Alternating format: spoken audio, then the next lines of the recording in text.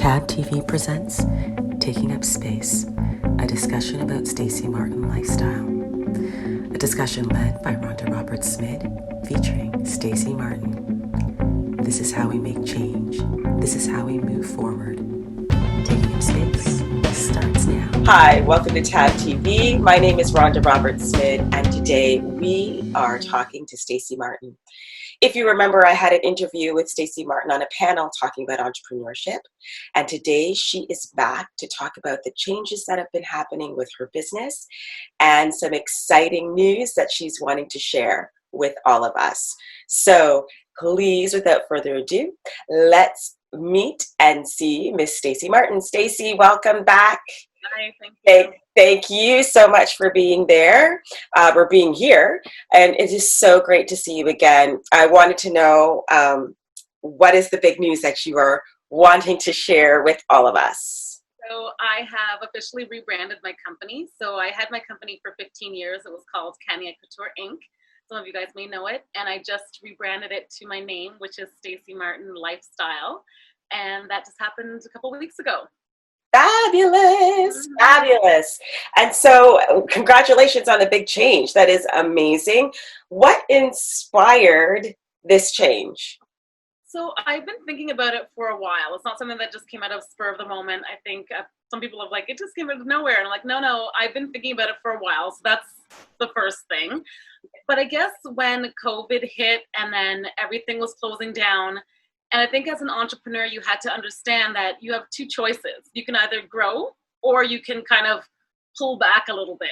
So at the beginning, I had pulled back and I was doing more things out of my house and more online, and it was good, but it wasn't to the level that I wanted to be. And my company was kind of laying in the middle ground before, and I thought to be able to take it to the level that I want it to be, I'm just going to go for it. I'm going to jump. I'm going to take the risk that it might look like it is right now, but I know that it's what people want. It's what people love. My clothing, they love it, especially right now for what the times we're living. Most of my clothing is made out of sustainable materials. It's all sweatshirt and t-shirt fabrics, but it's made in stylish ways. So that's not just for fitness. So you can be on Zoom calls or meetings or dates and stuff and still be in a glamorous sweatsuit. And then I really want to incorporate the lifestyle. And the reason why I did lifestyle is because people's lives, especially in North America, are very limited. We turn a certain age and we do a certain thing. We have a certain amount of kids, we do a certain thing. We're very regimented and we follow this routine. And my family is from St. Kitts and Nevis in the Caribbean. And on the islands, it's a whole different viewpoint. People are not looking at age. They're not looking at weight. They're not looking at skin tone as much as they do here. And I think if I can just bring in that lifestyle about loving yourself and appreciating yourself right now in the current body you're in, the current age that you're at, not worrying about how many kids you have or don't have, and just live, that is the Stacey Martin lifestyle that I'm also trying to bring in that we need so dearly right now. Yes. So how do you picture Stacey Martin lifestyle working in our lives? What is that going to look like as far as clothing? So the clothing will be pretty much the same as what it used to be in Kenya's world. So like I said, it's all sustainable materials. We use bamboo fabrics, cotton, organic cotton. We're using some new copper-based fabrics. We have everything is cruelty-free. So it's very comfortable. You can see one of the sweaters that I have on right now. I have that little number.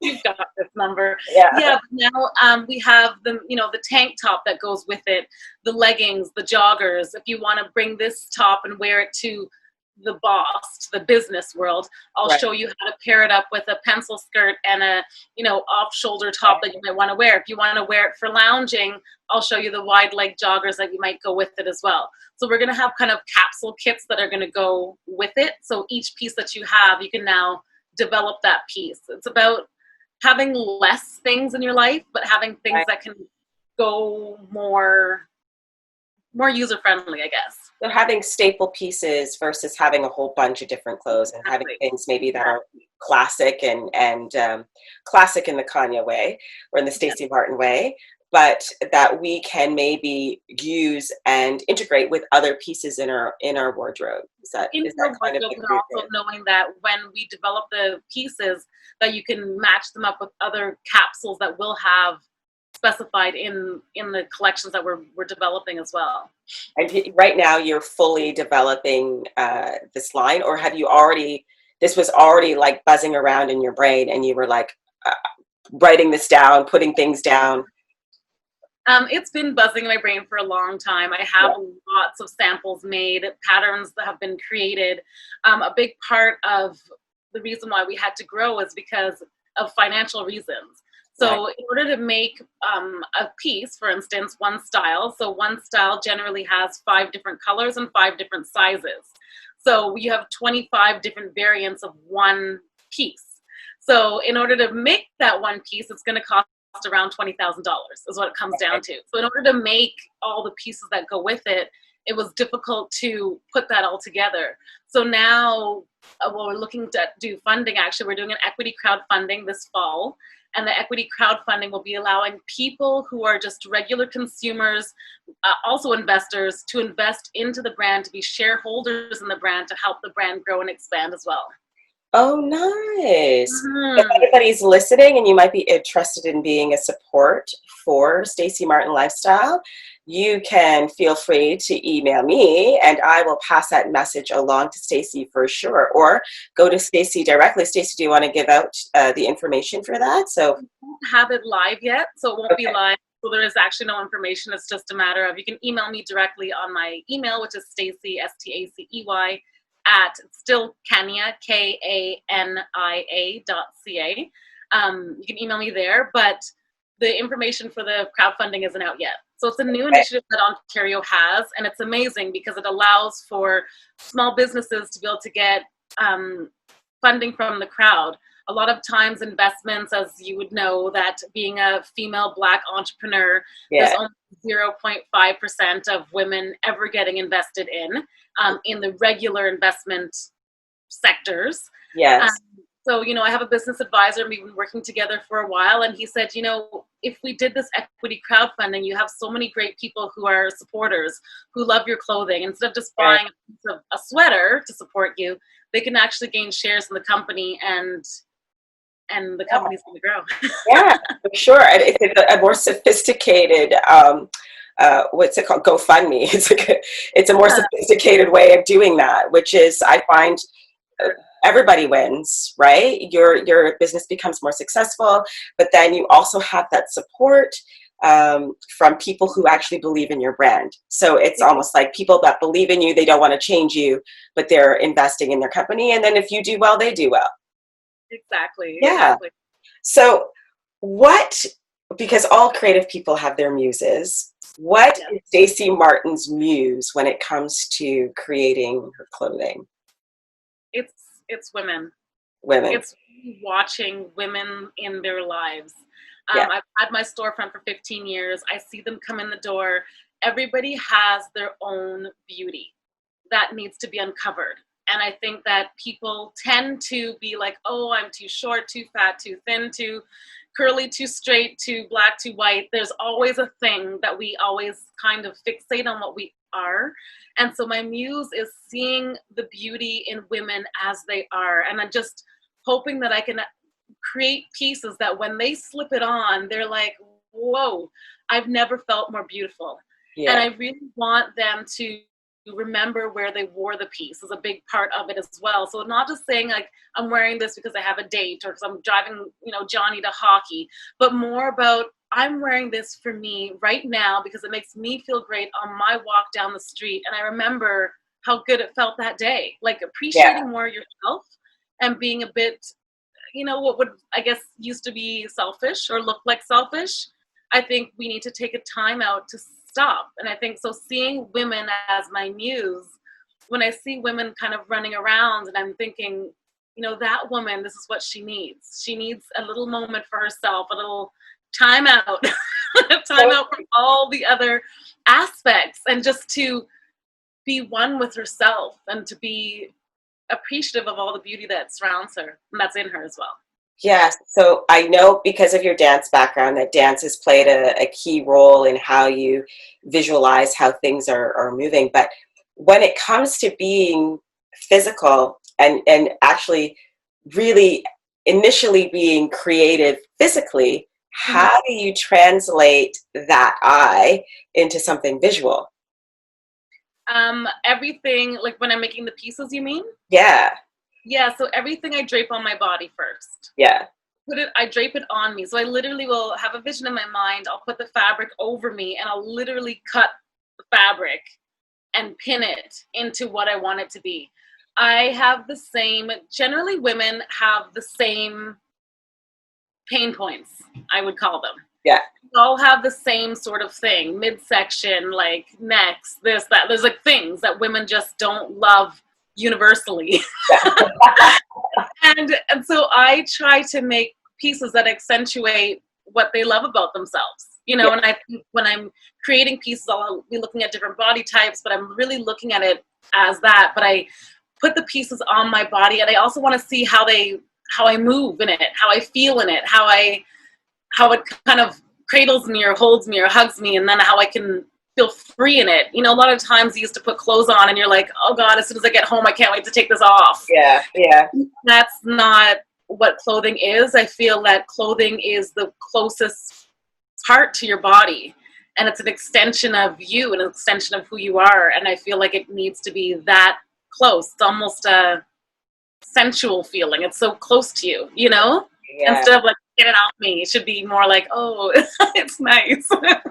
You actually answered another question that I was just about to ask you, which is like, by you actually taking the fabric and draping it around your body, it almost does feel a little bit like choreography. And I was going to say, like, when you get stuck in your creative process, do you dance it out?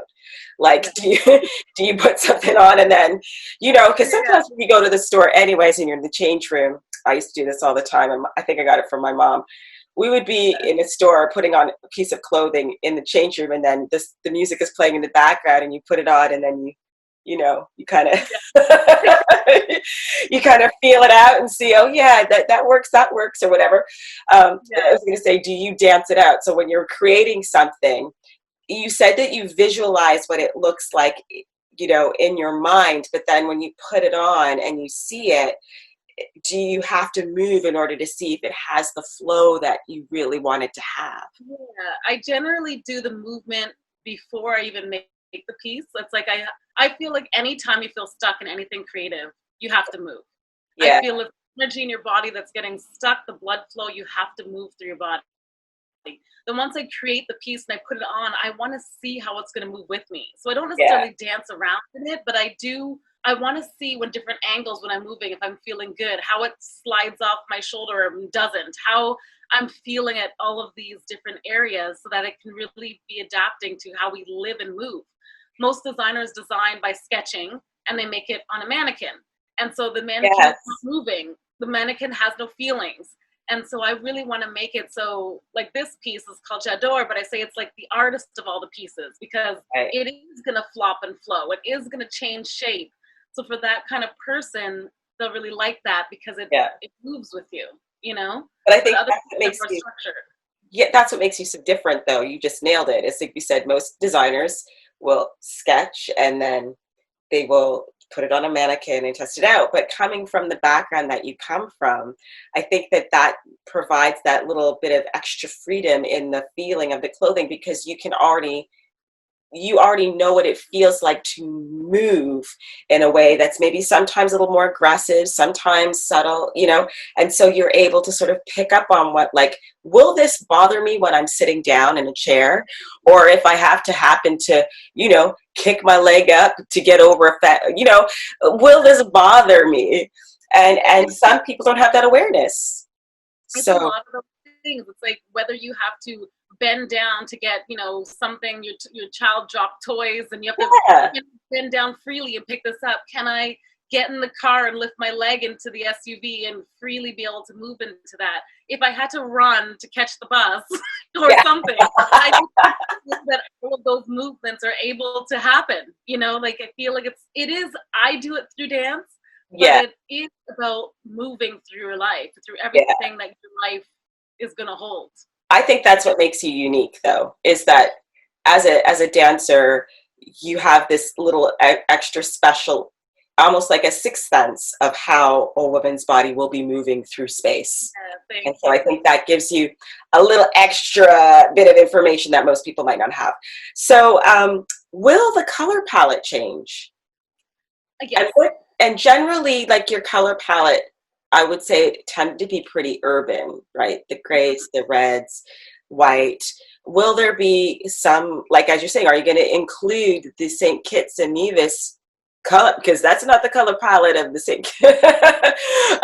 Kitts, right? Like there's that West Indian color palette is a little brighter. When I started, I had only brights. I never used to do dark at all. I did no grays and no blacks. I only did very Caribbean kind of when I started. But I found that selling in North America predominantly in Ontario, people wear a lot of black and gray. Mm-hmm. So I, for business purposes, was making black and gray. Yeah. Even though I didn't necessarily. But moving forward, because we're going to have more ability to make more pieces, more styles, more colors, we are starting by introducing different color palettes that are not necessarily the ones that you always see. I'm starting with like a caramel and a cinnamon kind of tone, a beige. I have a nice teal. We're kind of going into the feeling of the naturalness of the Caribbean, not the colors that you would see in fashion. So almost like if you look at the ocean, you look at the sand, you look at the stones, you look at the cinnamon sticks, like all of the things that naturally are derived from the islands. The island. That's kind of my first color palette. Nice. And are you going to be doing any work with people from the island itself? Yes. Yeah. So we're working at doing an official collaboration with them right now, but I've been over there twice before COVID to pitch to them about doing fashion shows and to actually launch the brand over there, which will probably happen in next April. Okay. Seeming as though everything is okay with COVID, if everything's fine. But yeah, we want to do an actual collaboration there. I think it's a good opportunity for people to, first of all, see St. Kitts and Nevis. They don't know of the island. It's a very, very tiny island that people have never heard of. And it also brings awareness to, I think, Black culture that we don't see generally in North America. People will look at me and say, wow, you're so, whatever they want to say, I'm so. And they will look at me and think, well, you don't seem like most Black people. And I think that the stereotypical female Black entrepreneur, we see a very American standpoint of what that is. And in the media, that gets portrayed even more. But if you look at the islands, all the women are sort of like how I am, so I think it's about opening the eyes to see that not all Black women are the same and they're not all portrayed the same way that we always see. Right. That we're not singing the same tune all the time, as most people don't sing the same tune all the time. I'm wondering, so what did then the development of Kenya, what did that teach you? And then how are you going to apply this to your new venture? Kenya was my schooling. It was everything. That's part of the reason why I don't want it to go away. It's just kind of, this is the 2.0 version of that. The name change, like everything, my intellectual property, everything that Kenya was is still going into Stacey Martin Lifestyle.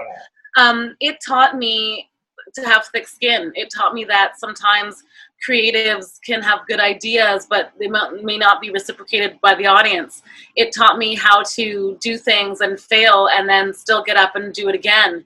It taught me that, everything that you do in life is just a result of that moment, but you can continue to get better.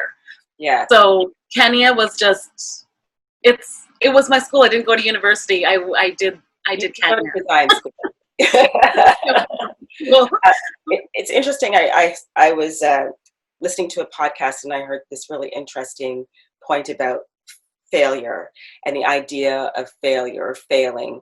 And it was sort of like, fail is just like saying, no, don't go in that direction. Turn and try a new direction.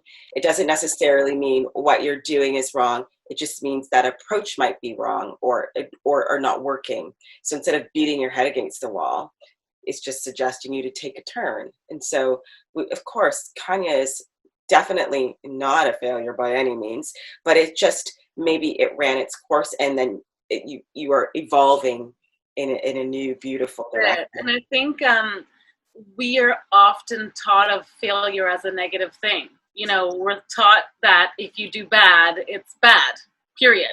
You know, Right. you look at schooling just from our specific standpoint. If you get an F, you failed, and failing is bad. That's the end of it. And I feel like in business and entrepreneurship, we need to be educated a whole different way, knowing that exactly what you said, failing is just about shifting yourself to a new direction, knowing that what this is, like COVID as a whole is a failure we've all been kind of in this area of quote unquote failing in this world because it's difficult right now. So we all have to take a minute to say, what's working right now in what I'm currently doing, and what can I do to make what I'm doing better by forging forward? Yeah. You know, it's like pivoting, you know? It's inspiring, because I think there are a lot of people who may have gone in directions, myself included, where it's taken me somewhere, and then you kind of go, well, where do I go from here? So for me personally, when I heard about your story, I was, especially after speaking to you earlier about going, like, what do I do? I have all these plans, and now all of a sudden COVID hits and I'm stuck. So knowing that you've now taken that little lemon, and now it's like you're forging forward and creating this whole amazing, beautiful brand. Will the Stacey Martin lifestyle just remain clothing, or will you start to maybe include other elements into your brand? It's going to start with clothing. So we'll start with a women's line, and then we'll do a men's line, and eventually I would like to do a kids line as well. Oh, nice. But in terms of lifestyle, I wanted to incorporate learning about things that enhance your life, anything that can make your life better. So public speaking, motivational kind of words that we can be hearing on a daily. There will be a little bit of travel, like knowing about different places and how to go there and how to kind of feel like you're there even if you're not there. So it's really about including this whole different, I guess, imagination. I'm very exploratory in my imagination. Mm-hmm. And this is something that I've always been. And I feel like sometimes we, you know, as we'll tell kids, don't explore, don't imagine. But I think imagination is all that we have. Is that's the beginning point of what we have, anything we want to do in the future. So I feel like if I can imagine what I want to bring to the people, mm-hmm. then they can also feel it within themselves and imagine themselves saying, wow, I wish I was going on that trip, or I was able to be that confident about myself or whatnot, but ever really being able to imagine what that is and allowing yourself to flow through imagination. So when you use your imagination as a designer, are there sometimes things that you design, your imagination takes you somewhere and then you do it and then you look at it and you go, oh, that's not what I was expecting? Or are there times where your imagination takes you to one place and then you're like, whoa, that knocks my socks off? Like, how do you know what's going to be on the shelf, and how do you know what's going on the cutting room floor? Yes, there's a lot of things that get on the cutting room floor. I'm not going to lie. Things get on the cutting room floor because for whatever reason they don't work.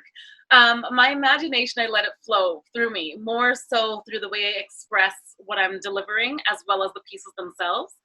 But it's really about knowing that what people want to buy. So I think as much as you can let your imagination flow as a creative, you then have to get back to business. So it's kind of like a dance between imagination and business. So my imagination can flow and think of all these lovely things that I want to think of, but then I got to get down to the numbers and say, this is actually going to sell. How much fabric is it going to take? How many meters? How many colors? How long is the time period going to take to sell that thing? Who's going to wear it? What size are they? What is the target market for that? You have to then go into the business. So I always say it's the starting point in the imagination, but it can't be the end point either.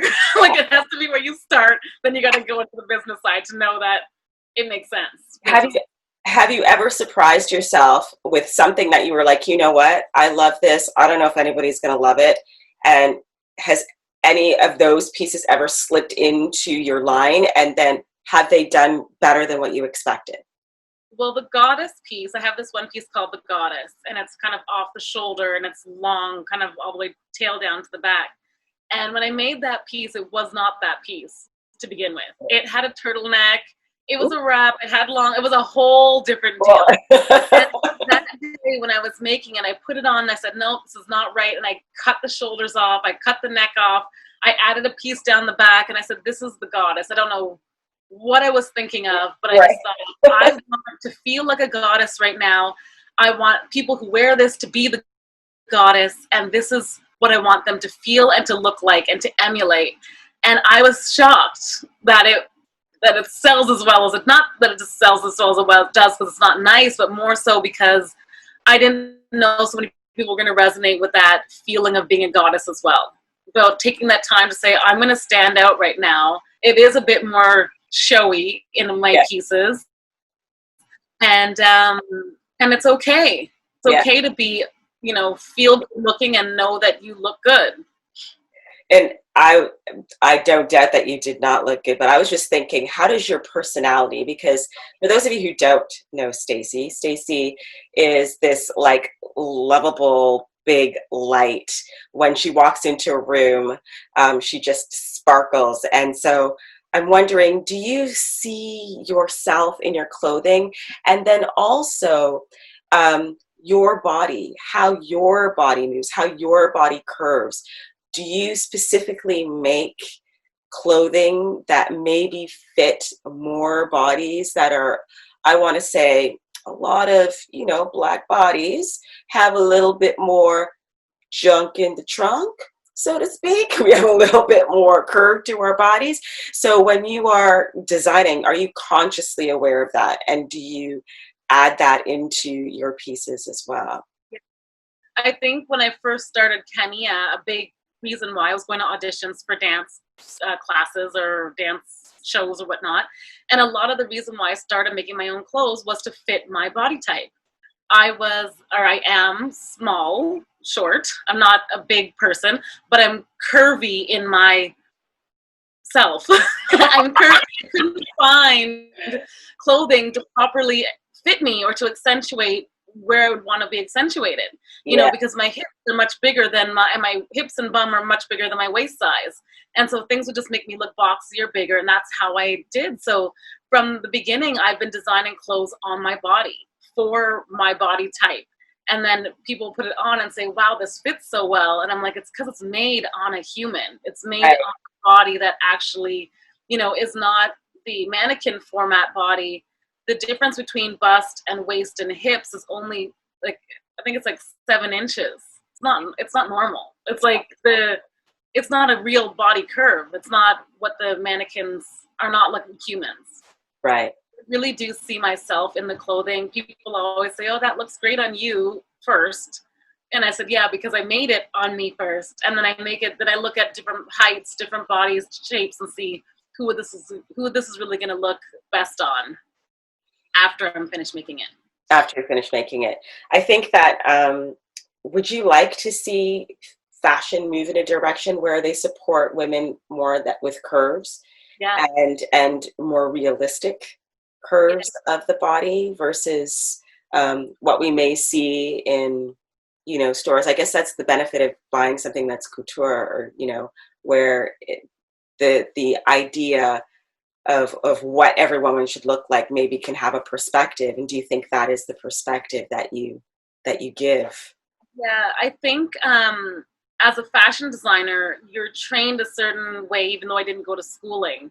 You're trained to have models that are 5'11", who are 00, who have a certain measurements. Yeah. And you're trained to think of runway, and you have to have these runway models. You're trained to think of making these clothes and having these models wearing the clothes. So I've always kind of adapted to that, but always felt a bit of friction because I'd make the clothes for the runway on them, but then I was like, but I'm not that. I don't look like that. My legs are not that long. That's not my waist size. That's not it's not reality. I've got cellulite. I've got things.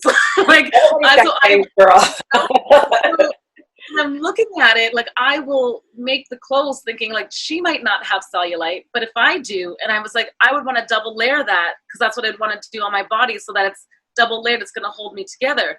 I might want to say, okay, my legs are not as long as her, so I'm going to do a different piece so that tailors through me, that's going to make me look more elongated. So I think that as I'm moving forward, I do want to really take into account models of all different sizes. And I think a lot of different companies are starting to look at that now, that this 00, 5'11" in actual format in people, it's very, very rare that that person comes along. But the average person, the average weight, the average height, the average body type with, a little bit of rolls, maybe a little bit of a thicker arm, or maybe they're really tiny and no curve. It's just whatever the body is, but adapting to different body types. I think I'm wondering in many industries, I just had a conversation with somebody about this in the fitness industry as well, as our visual of what we see when we think of fashion, what we see when we think of fitness. It involves this kind of larger than life woman that is basically a unicorn, right? Like you don't see that woman all the time. And so do you, when you are doing your fashion shows, do you try to use women that have a more of the average woman's physique? That in like New York Fashion Week, for instance, you had to use a certain type of model. They actually said that you had to use 5'11" models that are this size. So you would conform to what that was. But I would then, on my own accord, I would do fashion shows that had different types of models and different body types, so I can see beauty in all sorts of different shapes and sizes. And I think that nowadays we are starting to look at women, whether fitness or fashion, are starting to look, the visual of what that looks like is starting to look different. My thing though is within whatever body type you have, I know we have this really beautiful acceptance of accepting who we are and accepting our body. It's starting to evolve on Instagram and that sort of thing. I don't want to make it that we accept and let go. That's kind of the thing that I don't want to encourage, because I feel like sometimes we see this, this is reality and then this is Instagram, and there's these two different things, and the reality is someone's eating a bag of chips and they're kind of like slumped over, and and I think that's kind of distorting the mind as well. Like, that's not what I'm talking about. What I'm actually talking about is actually doing the best for you, for who you are, for what your body is, going forward with your very best, falling in love with your best, not being your worst and having your worst be okay. Oh, I'm so glad you said that. I was just having this conversation the other day, and I was saying, I find that we are at a time where we are physically accepting things for ourselves that I don't feel we should. I said, there is a huge difference knowing where your best is. And I don't mean knocking yourself out and trying to make yourself something that you're not, but honestly being real with yourself and going, this is a good, comfortable place for me, for my health. This is my natural state of being. Yes, I still might have a little bit of a baby belly, or there might be a little bit of extra skin under my arm, but I'm good, which is very different than, living a lifestyle that is not keeping you well and healthy, that is maybe forcing you to kind of give up and not feel that you are in a good space for yourself. And I just have a really hard time with people going, well, this is how I am, so accept me. I'm like, there's a difference between this is how I am and accept me, and this is how I am because of things that have happened in my life and because I don't care anymore, right? This is a very fine line, and I feel like somehow we went from one extreme to the next. I feel like, it was always that beauty was glitz and glamour and gorgeous supermodels and makeup and all this kind of stuff, and that was one thing. Mm-hmm. And then now it's kind of shifting towards, well, like, I have a coffee stain on my shirt and I can be whatever this, and I'm like, it's really not that either. No. It's really just about knowing in your body who balance, exactly, the knowing in the middle that my body is 25 pounds heavier than it used to be when I was 20. But right now I'm healthy. I go for jogs in the morning. I drink my water. I'm putting on some sustainable clothing. I'm living my life with purpose. I'm loving whom surrounded me. And I might have a glass of wine at night or eat some pasta. And that's okay. But it's just a matter of living in that moment and trying to live your best life, not being like I'm living beyond my means in either way. Like living, trying to be too attainably to this level, the one that we first saw with supermodels, and then not being like, oh well, I don't care anymore, so I'm just gonna like let everything go because, well, I think the tables have tipped a little bit, because I feel that some of the things that we were trying to obtain were almost so unobtainable that we gave ourselves permission to sort of go reject it. But then we started rejecting everything. And I think that that's where the idea of the balance comes in, and trying to restore that in your own life. And how it pertains to clothing is having options. So finding something that you can wear that makes you feel good. And like you're saying, there are certain areas sometimes on a woman's body when you're not killing it, that you feel, I would like to have this shoulder showing, but right now the arm is not making me feel happy. And so clothing is a wonderful way to disguise, to play with the eye, to highlight your best features. And I feel that that is the direction of Stacey Martin. Whenever I put on anything from you before, from Kanye, I always felt like $1,000,000. And when I would wear it out, people would always wonder, well, where did you get that? Because I think even though many of your clients own the same piece of clothing, it does not look the same on everyone. Right. So, and because of that, there's a little bit of a unique feeling. So I always feel like I'm wearing a one-of-a-kind piece, even though I know you own that. The piece that you're wearing right now, I own that, but I never wear it that way.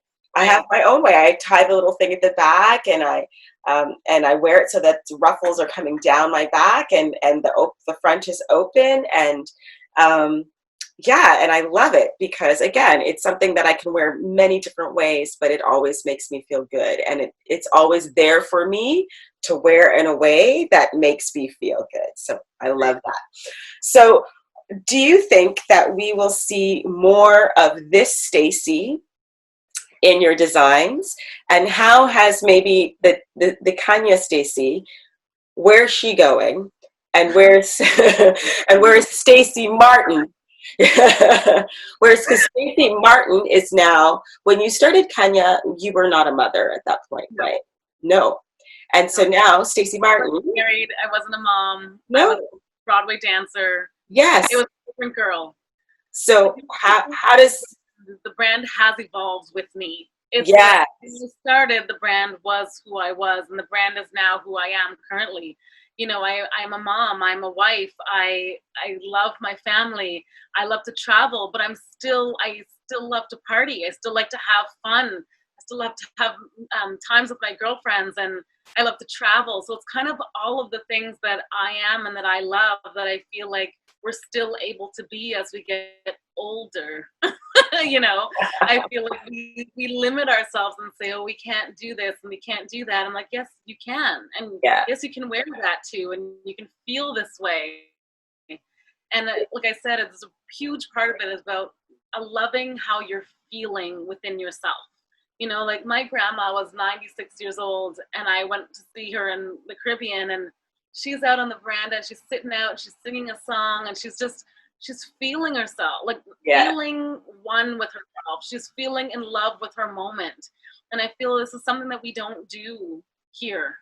And so even on all the clothing, there's going to be a little tag that's written, remember where you wore me. So I want to remind people to remember this moment. I feel like life is more precious than we think it is.